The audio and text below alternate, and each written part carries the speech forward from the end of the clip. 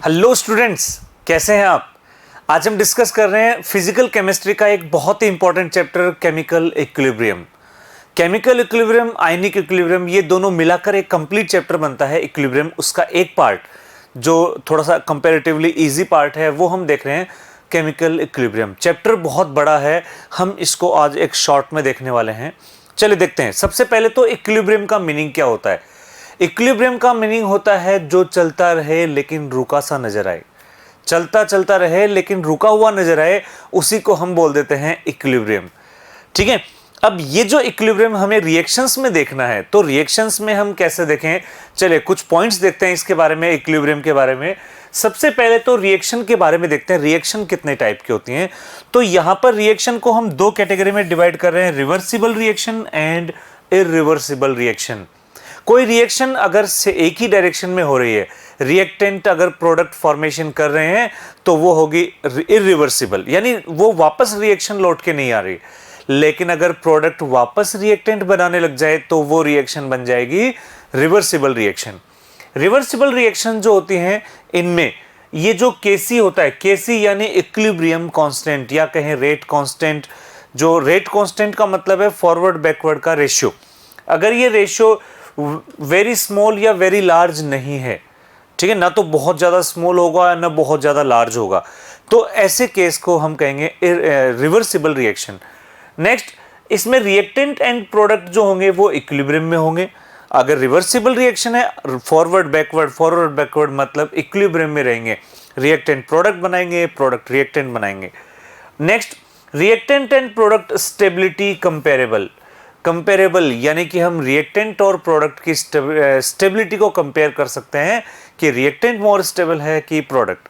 Next देखें, irreversible reactions के लिए जो इक्विलिब्रियम कांस्टेंट होता है वो मोर देन वन, यानी वन से बहुत ज्यादा होगा। तो इससे क्या होगा, वन कब आता है, वन जब इक्वल हो रिएक्टेंट प्रोडक्ट। लेकिन मोर देन वन कब हो जाएगा, जब प्रोडक्ट बहुत ज्यादा बन रहे हो।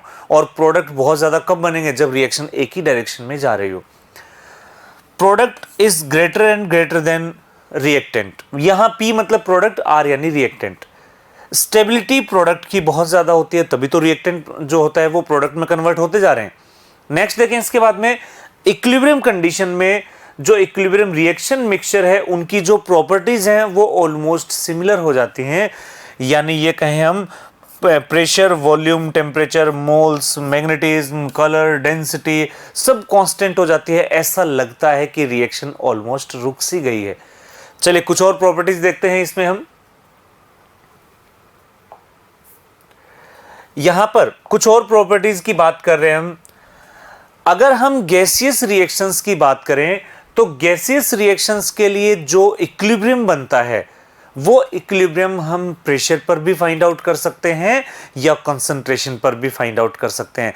अगर हमने कंसंट्रेशन को फॉलो किया है, तो ऐसे में जो रेट कांस्टेंट या जो इक्विलिब्रियम कांस्टेंट मिलेगा उसको हम कहेंगे केसी। केपी क्या हो जाएगा इन पार्शियल प्रेशर की टर्म्स में।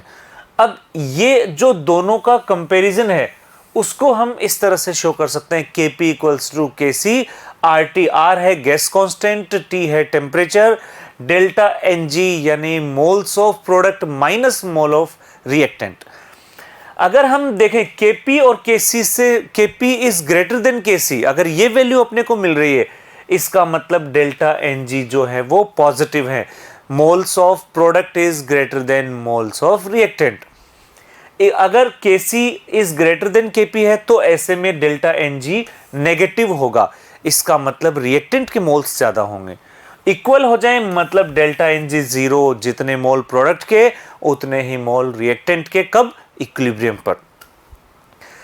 Kp की यूनिट जैसा हमने कहा पार्शियल प्रेशर के फॉर्म में, तो एटमॉस्फेयर एट एटीएम यानी एटमॉस्फेरिक प्रेशर, डेल्टा Ng की पावर इस पर होगी।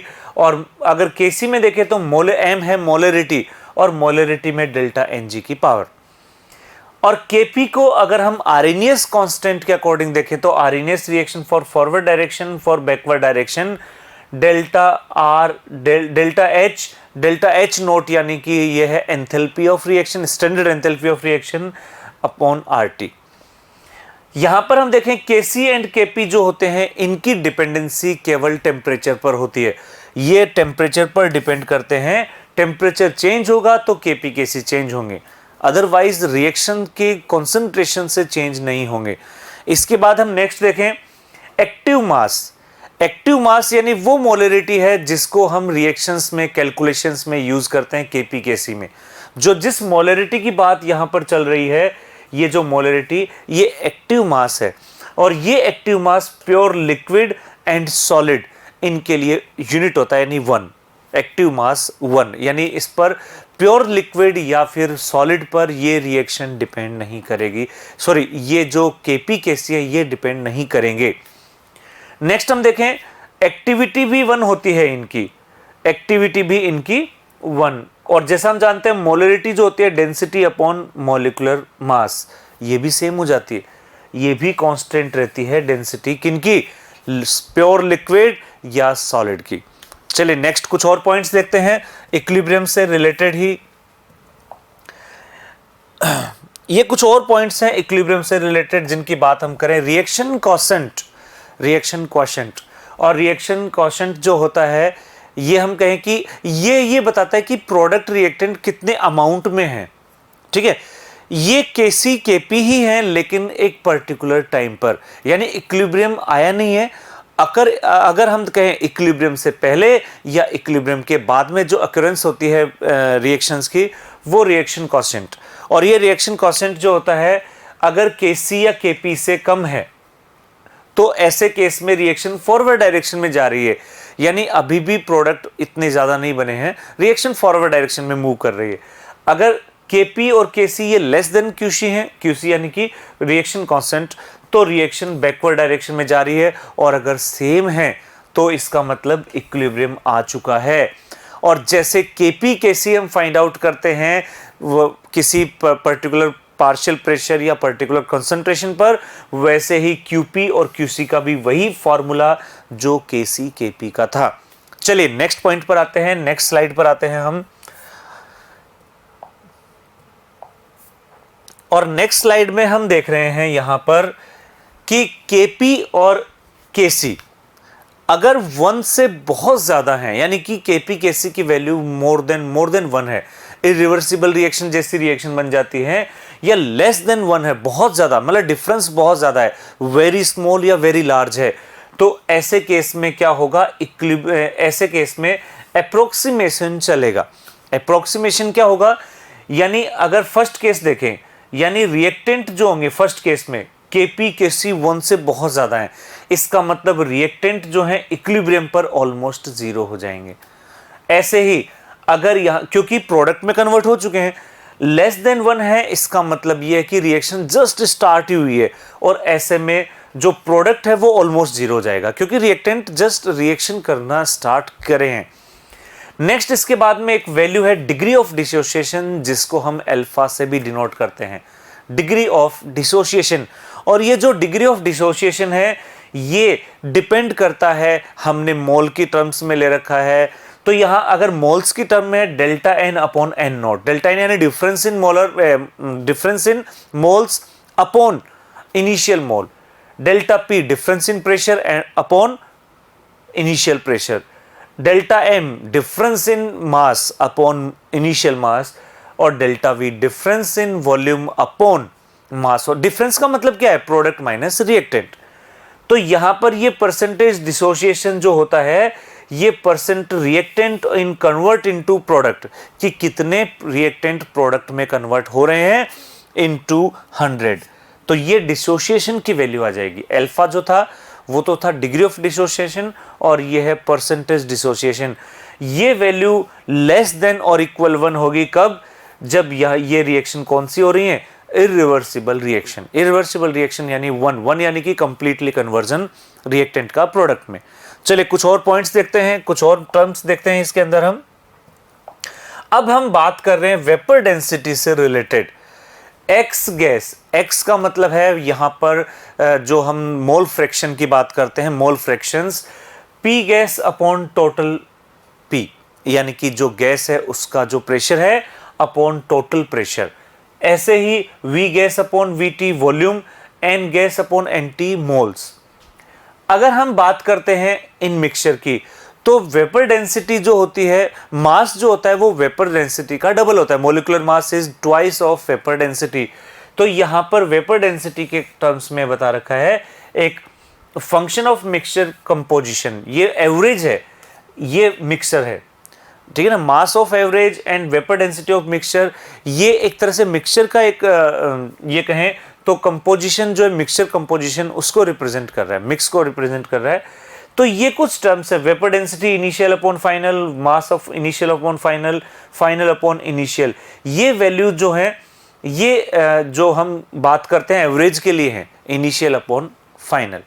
चलिए नेक्स्ट आते हैं। हालांकि इनका यूज जो कुछ ज्यादा नहीं है, यहां से सिर्फ एक ही काम की लाइन है और वो है vapour density of mix equals to twice equals to mass of reaction या mass of mixtures, average mixture.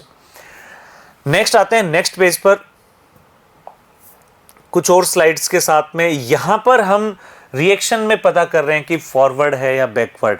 तो यहां अगर कोई रिएक्शन फॉरवर्ड डायरेक्शन में है और उसमें डेल्टा Ng पॉजिटिव है, यानी moles of product is greater then moles of reactant, तो ऐसी कंडीशन में क्या होगा, जैसे जैसे रिएक्शन फॉरवर्ड डायरेक्शन में जाएगी प्रेशर इंक्रीज होगा, मोल्स इंक्रीज होंगे, मास, एवरेज मास डिक्रीज होगा, मास डिक्रीज होगा तो वेपर डेंसिटी भी डिक्रीज होगी। लेकिन अगर डेल्टा Ng नेगेटिव है, लेस देन जीरो है, तो ऐसे केस में प्रेशर डिक्रीज होगा, मोल डिक्रीज होंगे, ठीक है, मास एवरेज डिक्रीज हो, इंक्रीज होगा, वेपर डेंसिटी इंक्रीज होगी। और अगर डेल्टा Ng जीरो है तो इन पर इनका कोई इफेक्ट नहीं होगा। Pressure, moles, mass, average mass and vapour density सारे के सारी कांस्टेंट होंगी, यानी delta Ng not equals to zero, तो इन रिएक्शंस में ही चेंजेस फॉलो होंगे, ठीक है। तो यहां पर जो अल्फा है वो डिपेंड करेगा Kp, Kc, temperature, initial concentration, ये अल्फा क्या है, डिग्री ऑफ डिसोसिएशन, ये वेरियस फैक्टर्स पर डिपेंड करेंगे। चलिए कुछ और पॉइंट्स देखते हैं इसके अंदर हम। यहां कुछ और पॉइंट्स हमने लिए हैं कि अगर हम डेल्टा Ng जीरो मान लें, अगर डेल्टा Ng जीरो है, प्रोडक्ट के मोल, रिएक्टेंट के मोल अगर इक्वल हैं, तो ऐसे केस में क्या होगा कि ये जो अल्फा है, डिग्री ऑफ डिसोसिएशन, ये सिर्फ Kp, Kc पर डिपेंड करेगा या फिर टेम्परेचर पर डिपेंड करेगा, ये कॉन्सेंट्रेशन पर डिपेंड नहीं करेगा जब डेल्टा Ng जीरो है। तो यहां पर हम देख रहे हैं, कुछ पॉइंट्स देख रहे हैं कि Kp, Kc की वैल्यू वैसे तो टेम्परेचर पे डिपेंड करती है, लेकिन क्वेश्चन रिएक्शन को हमने किस पर्पस से, किस सीक्वेंस में लिखा है उस पर भी डिपेंड। जैसे हमने अगर रिएक्टेंट से प्रोडक्ट में Kc कहा है या Kp का है, तो प्रोडक्ट से रिएक्टेंट अगर हमने इसको रिवर्स कर दिया तो 1/Kc 1/Kp जो न्यू होंगे वो 1 में चले जाएंगे, रिवर्स करेंगे 1 में। ऐसे ही यहां पर अगर हम देखें CD, अगर हमने इसका Kc डैश और Kp डैश ले लिया और इनको हमने प्लस कर दिया तो ये मल्टीप्लाई हो जाएंगे। रिएक्टेंट अगर प्लस हो रहे हैं सीक्वेंस में तो जो फाइनल जो मिलेगा अपने को Kc Kp वो मल्टीप्लाई में मिलेगा। मल्टीप्लाई में देखो, रिवर्स किया था तो अपॉन में चला गया था, ऐड किया तो मल्टीप्लाई में चला गया। अगर हम माइनस कर दें, माइनस, तो फिर जो Kc और Kp होगा ये अपॉन में चला जाएगा। Kc और Kp इस तरह से अपॉन में। तो ये अगर हम n से मल्टीप्लाई कर देते हैं तो वो पावर में चला जाएगा, n से मल्टीप्लाई किया तो ये पावर n हो गया। तो ये है स्टोइक्योमेट्री के अकॉर्डिंग या different method of stoichiometry, representation कैसे है स्टोइक्योमेट्री का, इस पर भी Kc Kp डिपेंड करेंगे। चलिए नेक्स्ट पेज पर आते हैं, नेक्स्ट स्लाइड पर आते हैं। नेक्स्ट स्लाइड में हमें दे रखा है रिलेटिव ह्यूमिडिटी।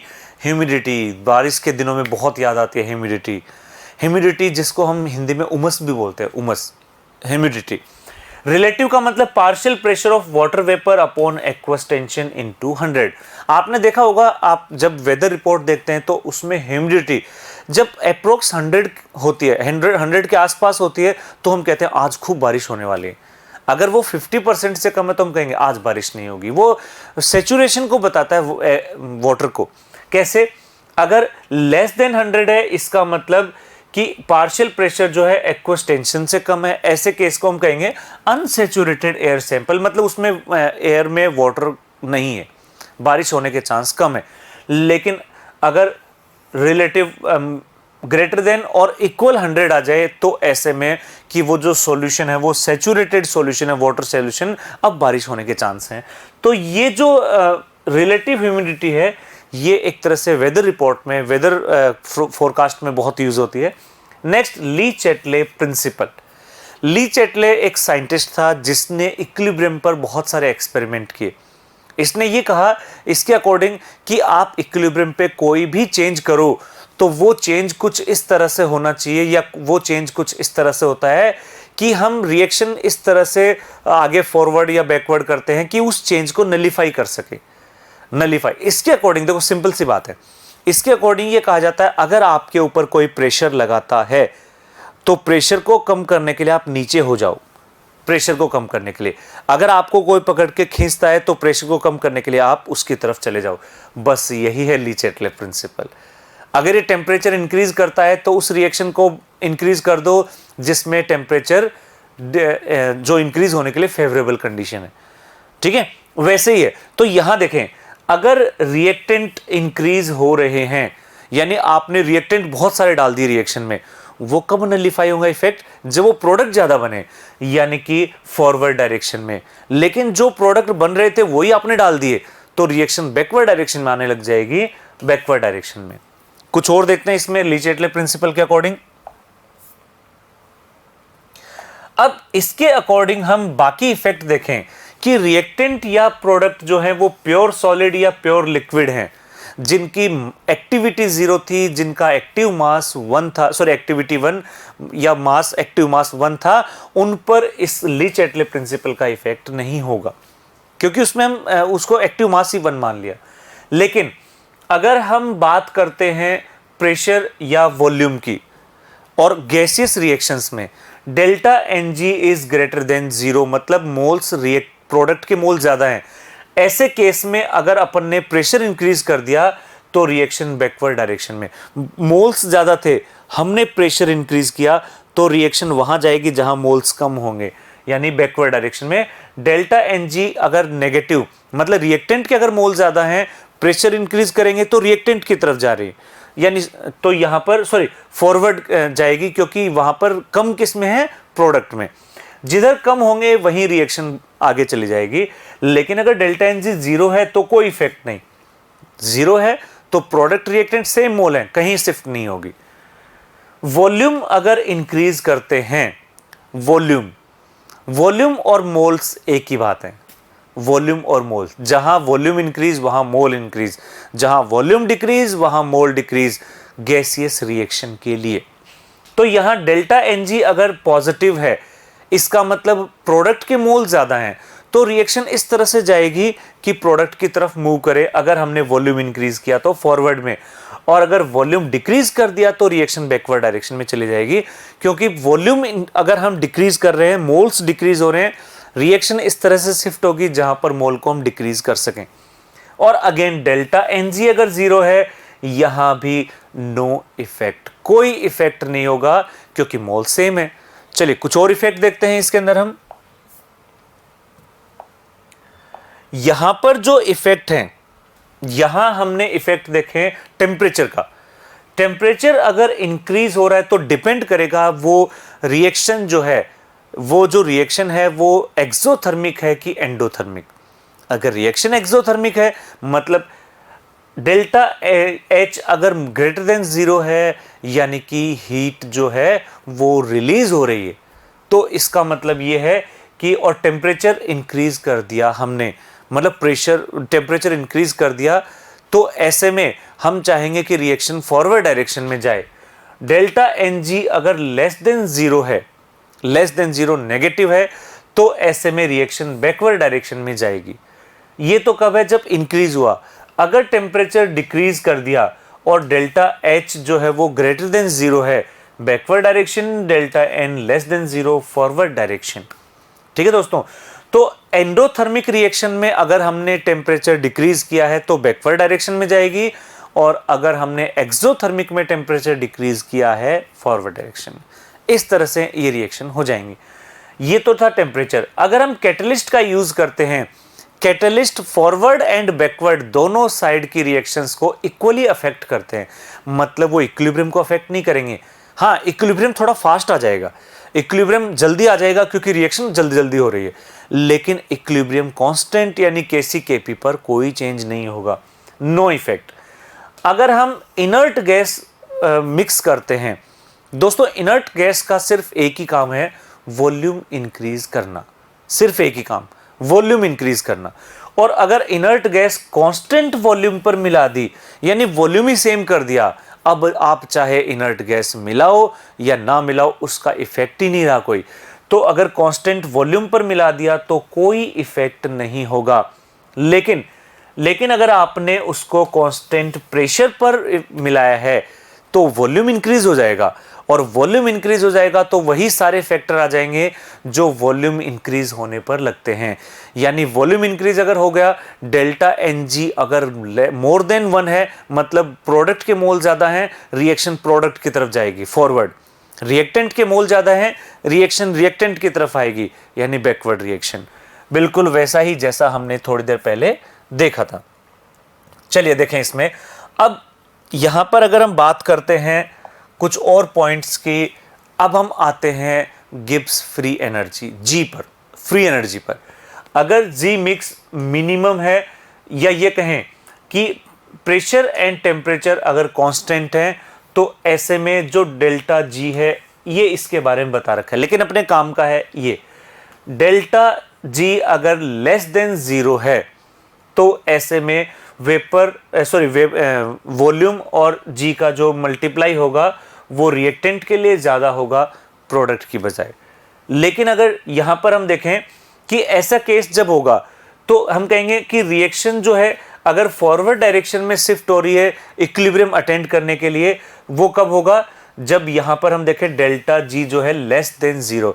अगर ग्रेटर देन 0 है यानी पॉजिटिव है, तो ऐसे में रिएक्शन जो होगी बैकवर्ड डायरेक्शन में आ जाएगी, बैकवर्ड। और अगर डेल्टा जी 0 हो गया तो इसका मतलब इक्विलिब्रियम आ गया है। यानी डेल्टा जी ग्रेटर देन 0 तो ऐसे में backward direction, delta G less than 0 forward direction, और डेल्टा जी 0 तो इक्विलिब्रियम, गिब्स फ्री एनर्जी। कुछ और पॉइंट्स देखते हैं हम। चलिए कुछ और पॉइंट्स हैं ये इसी से रिलेटेड। तो यही डेल्टा जी की बात कर रहे हैं। अगर हम डेल्टा जी जो ये बस ये बता रहे हैं रिप्रेजेंटेशन कैसे करते हैं, रिएक्शन के लिए जो डेल्टा जी है, standard delta G standard condition में, और R T L N Q, Q है वही reaction constant, R gas constant, T temperature, L N जो है लॉगरिथम, ठीक है। अब ये स्टैंडर्ड किसको माने फिर हम, ये जैसे डेल्टा जी नोट जो है स्टैंडर्ड है, कब मानते हैं, जब गैस आइडियल गैस हो, पार्शियल प्रेशर जो है 1 atm हो, सॉल्यूट आइडियल सॉल्यूशन हो, यानी इसमें कंसंट्रेशन 1 m हो, और प्योर एक्टिविटी 1, यानी सब कुछ यूनिट मान लेते हैं 1 1 1। इसको हमने माना है स्टैंडर्ड स्टेट। ठीक है दोस्तों, चलिए कुछ और पॉइंट्स देखते हैं।